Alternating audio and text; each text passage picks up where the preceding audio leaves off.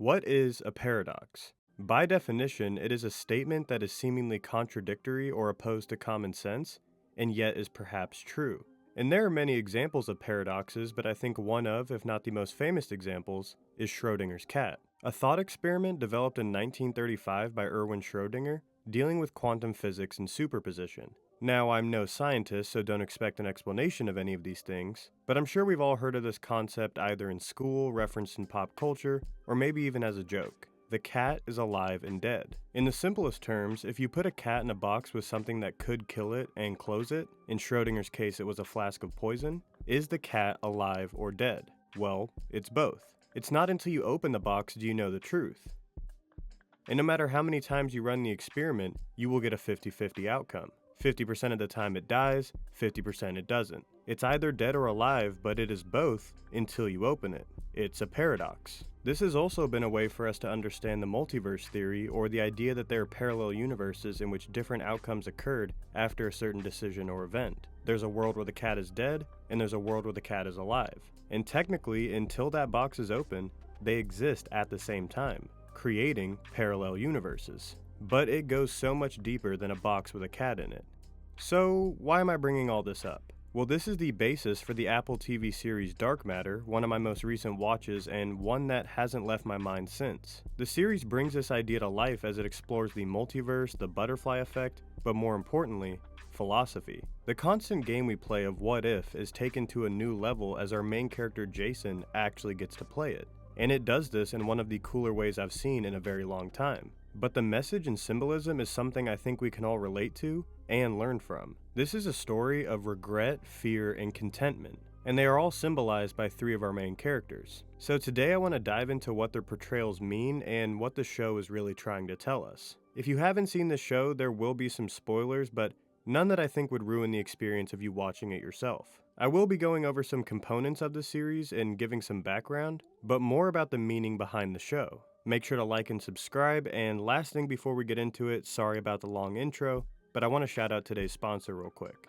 Well, it's not really a sponsor, but anyway. So one of my best friends, Diego, recently created this Instagram page called Film Archive, where he will be doing movie reviews and discussing film in general. He has given me a lot of inspiration and ideas over the years that have been laced throughout this channel, and honestly has changed the way that I review movies. I can personally say he has some of the best movie analysis of anybody you'll find out there on the internet, so make sure to go give him a follow. Also because in the future I will be posting some reviews to movies that I don't talk about here on this Instagram account as well. Link to the page will be in the description, again that's Film Archive, and make sure to check it out because there's a lot of great content on the way. But as always, thanks for watching, and let's talk about the mental battle we can never win, the what if game.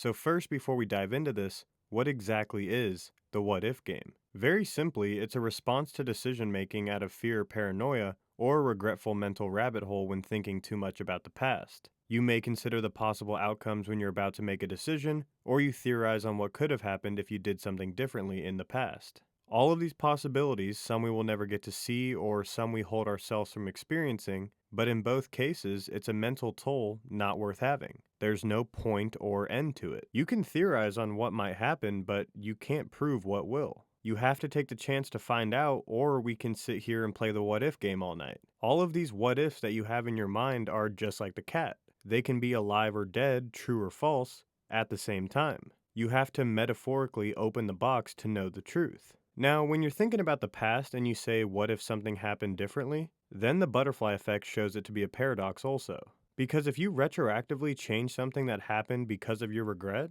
it would in turn alter the timeline where this what if would never even be possible. If I invent a time machine in 2024, then go back in time and change the event that I regretted, I would alter the future to where I never have to make the time machine in 2024 because I don't regret that decision anymore. That outcome never happened. This is also known as the grandfather paradox. And then let's say you can change a decision. What if you regret changing it afterwards? It's all just a never ending cycle of hindsight, anxiety, and irrational thinking. And science says there's infinite parallel universes where all these different realities exist, even if only slightly different in variation. One where you went left instead of right, or right instead of left, and now Derrick Rose never gets injured. But do you see them? Have you been to them? No. And there's a great chance that we never will. But then the series Dark Matter asks us, what if you could? What if there was a box that when you entered you could see every possible outcome of past and current decisions? What if you could travel to the infinite parallel universes? You could see a world where JFK was never shot, or a world where you decided to take that job offer that you turned down years ago. Your wildest dreams and your darkest nightmares. You could see all of them. The only catch is, you might not make it back. The rules are simple. Take the risk and see what could be, or stay here with what is. So, do you want to play?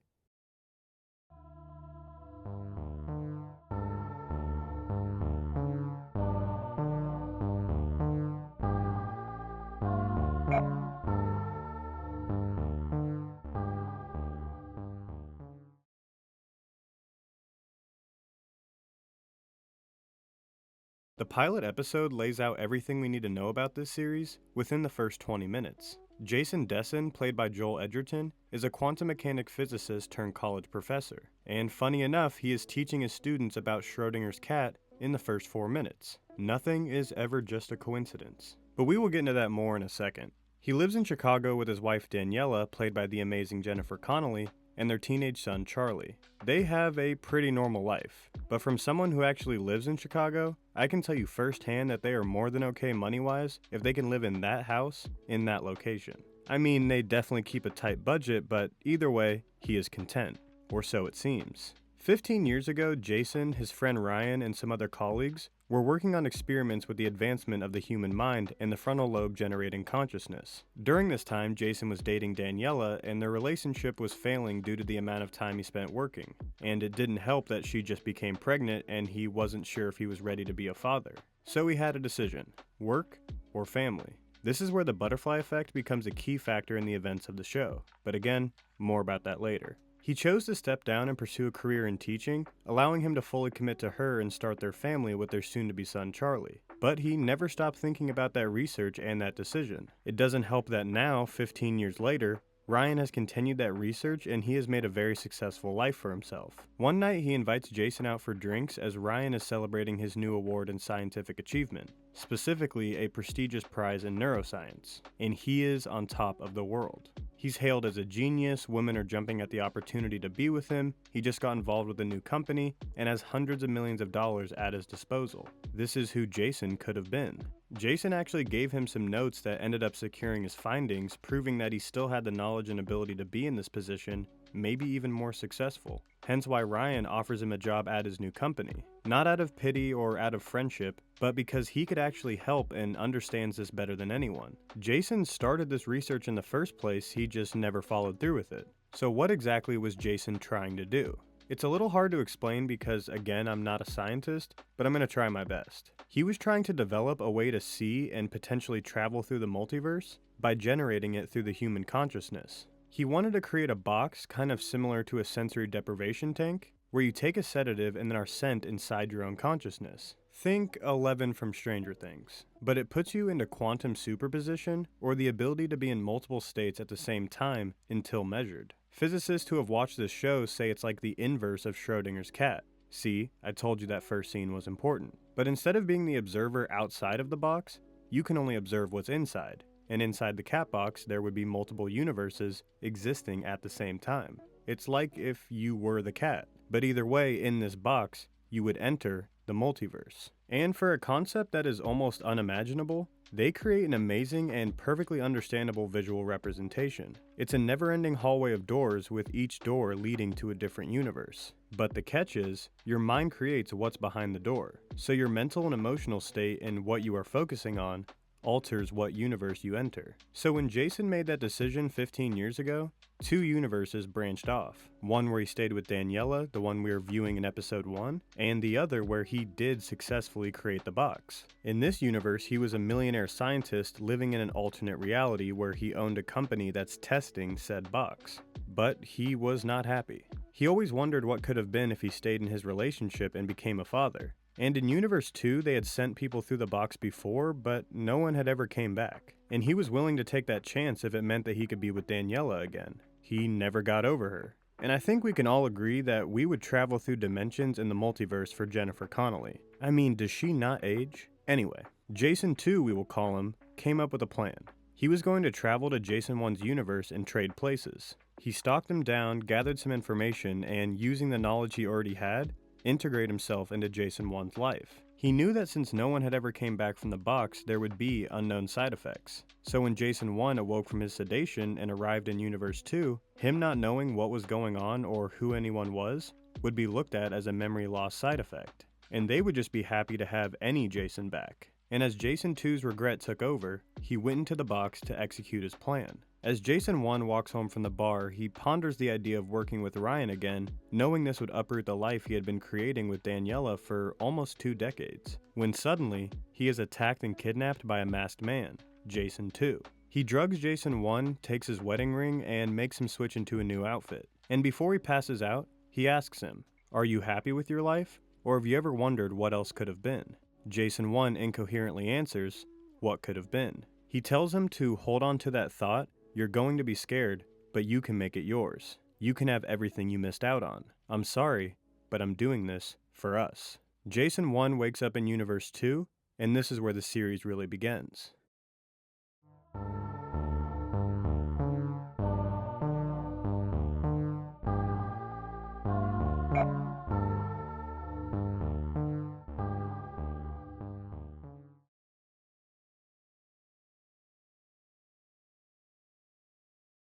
The character of Jason 2, to me, feels like a symbol for regret, a manifestation of Jason's subconscious and the voice in our head that asks us, what if? He literally takes over Jason's life just as regret can do for many of us and tries to ruin it. And it didn't occur to me until watching it a second time, but there's a reason Jason 2 executed his plan when he did. This box has been around in his universe, but it's not until Jason 1 sees Ryan, a symbol for what could have been, when he jumps in and takes over.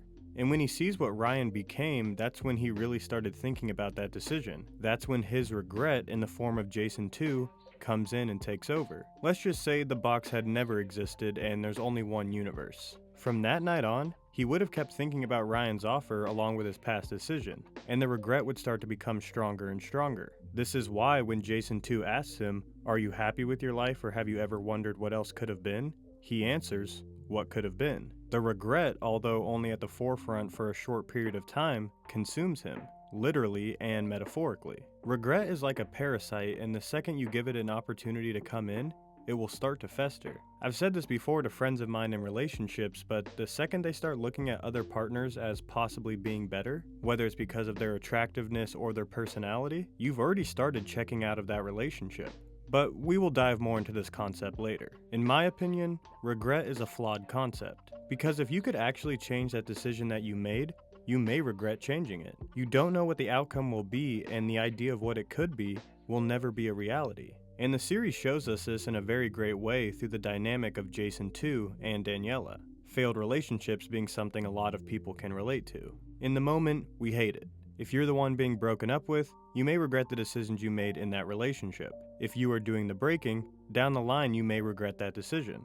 And that feeling of not getting over the other person is very similar to the feeling of regret. They are both just what ifs. What if we stayed together? What if I changed? What if I can fix things? But as time goes on, you realize that you're not the same person as you were in that relationship. You've learned new things about life and yourself, maybe you've improved on things about yourself, and overall, you've changed who you are. So when Jason 2 tries to get back with Daniela, it doesn't work. You may want to experience that relationship again, but it won't be the same. Both of you are different people, therefore, it will be a different relationship. Now, we can also use the example of Jason's career. In Universe 2, he did become extremely successful and did exactly what he set out to do with his research. But he wasn't happy. It's not what he truly wanted. Sometimes it takes getting what we think we want to finally realize the truth. If you have regret, you may not be content or happy with your current situation, which is totally fair. But just like the past decisions you made, the ones you make now hold the same weight,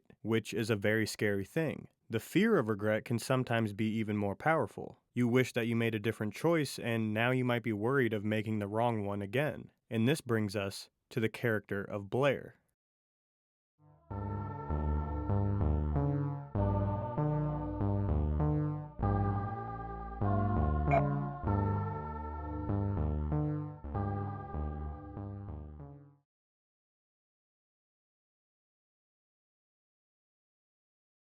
Blair is a character that we see in both universes. In one, she is accomplished, takes chances, and overall seems happy. In the other, she lives in constant fear. Instead of being a bioethics lawyer like in Universe 1, in the alternate universe where Jason invented the box, she actually worked at his company. She was one of the workers who went into the box and never returned. Except we find out later, in the weeks leading up to her sudden decision, she was seeing the company therapist. She was not in the right mindset before making such a huge decision, and if we remember, your mental and emotional state alter what's behind the door you choose to open. On Jason 1's journey through the multiverse as he tries to get back to his life, he stumbles across Blair in a post-apocalyptic world. She is forced to stay inside due to the outside threats and is barely surviving off rations she finds on routine treks across the city. But instead of taking a chance at the box again and trying to find somewhere more habitable, not even her original universe, she chooses to stay here out of fear. To me, she represents two things. First and most importantly, the fear of regret. Very similarly to being wronged by a person and in turn not wanting to open up to another out of fear that the next person might wrong you also, decision making acts in the same way. If you make a bad decision that you regret, you might not want to make any more big decisions on the chance that you will regret the next one. But Dark Matter shows us the problem with this way of thinking. She took a shot at traveling to another universe, like a leap into a new lifestyle, and it was terrible. She clearly regrets that choice and is now living in an objectively terrible life. But either way, it's one she doesn't want to live in. Now, for many of us, if we regret the decision we made because of the life that it led to, why would we choose to stay in that life? Yes, you may regret the next 10 decisions you make, but if you truly aren't happy or content with your current situation, why subject yourself to staying in it? Now, of course, there are many factors like money, people, or lack of opportunity, but they all lead back to one thing: fear. And yes, it's easy just to say change. It's a very hard thing to do. And just making any decision possible, no matter what it is, most likely will not further you in your process. But this brings us to the second thing I believe she represents: uncalculated risk-taking. I know that sounds like an oxymoron, but hear me out. We will get into this more in a later chapter, but the box represents taking chances in life. And based on Blair's therapy sessions leading up to her disappearance, she was in no place to be making such a decision. When we are in bad mental states, that's usually when we take bad risks. We can't live in the fear of regretting the decision we make, and of course you should always take risks, but you have to be in a good mindset before you do so. Some thought has to go into it. You have to have some idea on where you want this decision to take you, whether it's just something new in general, or a specific goal. And we see this with Leighton, who uses the box to his advantage. He thinks of something he wants, he seems to be in the right mindset, and every door he opens, he gets it. He's manipulated the system. But later when we see him, he's unfulfilled. He's partied, gotten girls, gotten a bunch of money and material items, and eventually he's ran out of things to get, because it's not what he truly wanted. You have to take chances, but they have to mean something. The most important question to consider before taking them is, what do you really want? When Jason made that decision 15 years ago, a version of him wanted to work, but later he clearly regretted it. Another version wanted Daniela, but he still had thoughts of what else could have been. The journey that he takes through the multiverse is him finally figuring out what he truly wants, what makes him happy. He could have seen Universe 2 and decided to stay, but he didn't. One universe he goes to is a literal utopia, but that's not enough. The game we play in our heads as we weigh out the possibilities in the form of what ifs is going through the box. That's why all of it stems from your own mind. No one's box is the same. Yes, he wants the physical version of Daniela, but it's more than that. She represents what we all long for. The life where we don't let what ifs drag us down or stop us from moving forward. She represents contentment.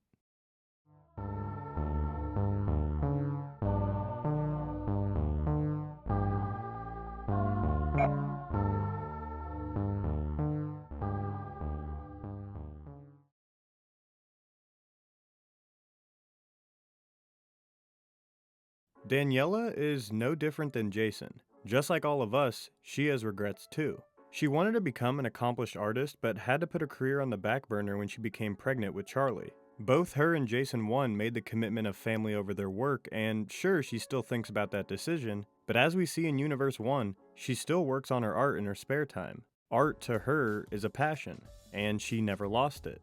Overall, she seems to have more of a grip on what she truly wants and who she is. But just like anyone else, her decision created more universes. On Jason's journey through the multiverse, he finds a world where she did achieve that original goal. Daniela, too, makes art for a living, is very well known and respected, and is in the middle of premiering her newest exhibit with a packed crowd of her fans. She seems really happy, but is she? In this universe, we know that Jason 2 chose work, and this crushed her. We don't get the full details, but she never had Charlie. She also went all in on her career. But she also always wondered what could have been. So much so that her big magnum opus of an exhibit is literally about what ifs, the butterfly effect, the multiverse, and is centered around Jason. The what ifs got to her too. But that doesn't answer our question just yet. What does she represent? So now we are entering into spoiler warning territory of the ending, so if you don't want to be spoiled, skip to this timestamp. Alright, so the ending of the series sees numerous Jasons from other universes, all traveling to Universe 1 to be with Daniela again. We don't know much else about them outside of their desire to be with her and their regret for leaving her, but they are all over the place. One guy looks like a fisherman, some look disheveled and down on their luck, a lot of them just look like any average guy, but these are the infinite versions of Jason who all took different life paths after they left Daniela. We can also assume that none of them were fully happy or content with their life if they all traveled through the box to get here. And like I was saying earlier with the regret of fallen relationships, neither of the partners are the same person afterwards, especially 15 years later. Daniela to the rest of the Jasons is just an idea. They don't know who Daniela 1 really is. In my opinion, they aren't chasing after her, they're chasing after the idea of her. And when they find out that they can't have her, they all go back to their respective universes. This is because the other Jasons don't want Daniela, they want the life that Jason 1 has. Seeing Jason travel through the multiverse to get back to his life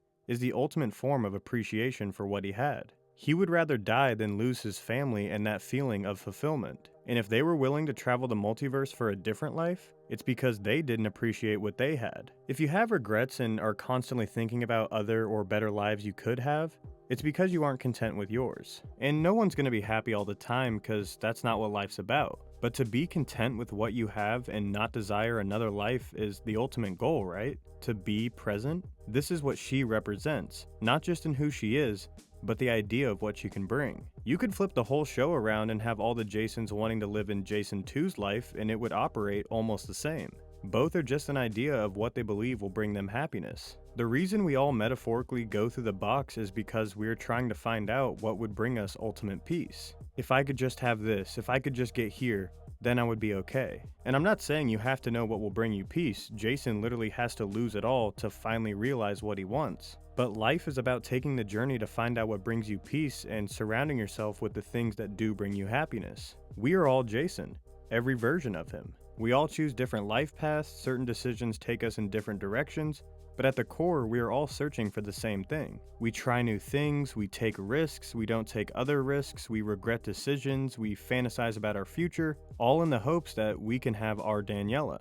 Not a relationship, but a life with purpose, a life of appreciation, a life of contentment. And that's why I feel so attached to her character, because it seems like she figured that out. I want to be able to just work on my creations when I have the time, but I've been hardwired to make them with the intention that I gain success from them, that I can live off my passion. But that makes writing videos like these so hard. I want to make this grand point that everyone can resonate with in hopes that it reaches as many people as possible. But nothing would make me more content than just being able to make these videos in the first place. Just like how she spends her free time painting. But I do get to make these videos. And the fact that so many of you like them and resonate with them is more than enough. Every day I'm in complete shock at the amount of subscribers I have, and I would be doing a disservice to you guys and myself if I kept wanting more and more. I'm still young and I have so much more learning to do, and I'm in no place to try and tell someone what will make them content or even really what contentment is. But if I had to pin it down, I would say it's the ultimate form of appreciation. It's peace and acceptance. Knowing that just one small decision will alter your entire future is scary, but it's pretty awesome. The box in dark matter isn't real, but it might as well be. You can go through any door at any moment, and we should be grateful that we even get the opportunity. Appreciate that journey, and the contentment will come.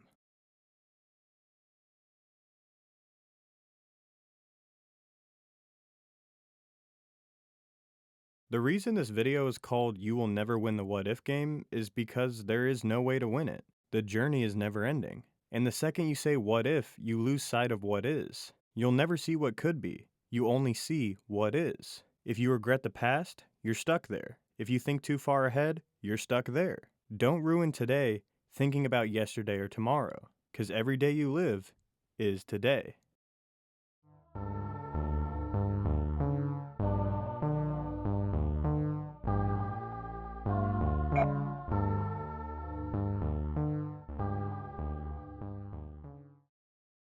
The last thing I want to dive into is honestly the most important part of the show. What is the box?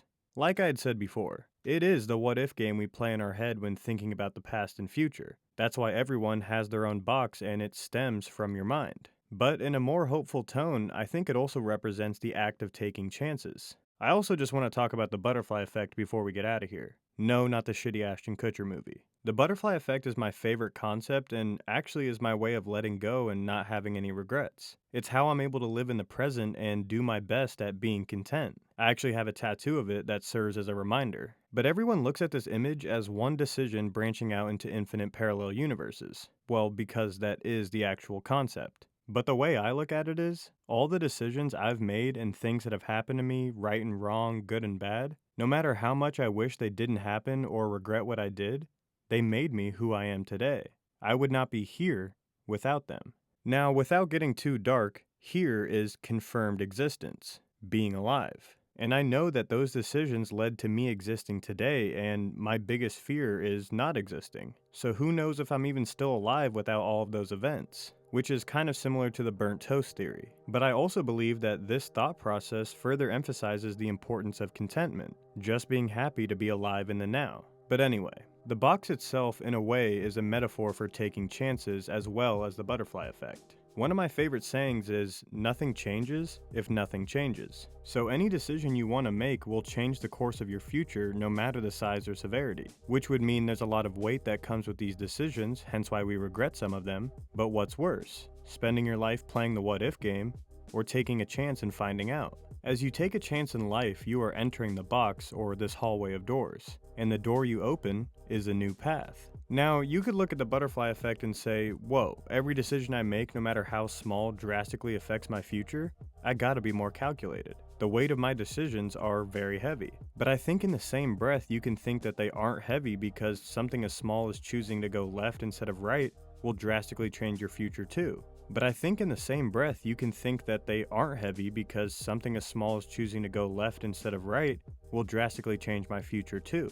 Maybe my decisions don't hold as much weight. And nihilist will tell you that nothing matters, so what's the point? Existentialist will tell you that nothing matters, and that's the point. You have to find your own meaning. But if nothing matters, I mean, that's pretty peaceful and content right there. And that's the beauty of it. You get to create your own purpose. You have free will to make the decisions. You decide what matters and you get to manipulate the box. When you watch this show, you might have a completely different interpretation of what the box really means to you. There might not be any point to it, or they are trying to tell us something about life. I watched this show and it's had me thinking about life for like 3 weeks. The whole concept completely threw me for a loop, so much so that I'm making this video. Yes, because I really enjoyed it and want to recommend it, but I feel like how you respond to it and what it makes you feel says a lot about you. At least for me, it put a mirror up and said, are you really content with your life? Do you think Jason should have stayed in Universe 2? Would you have stayed in Universe 2? Do you relate more to Blair or Daniela or maybe even Leighton? If the multiverse box was real, would you go into it? What do you really want to be behind that door?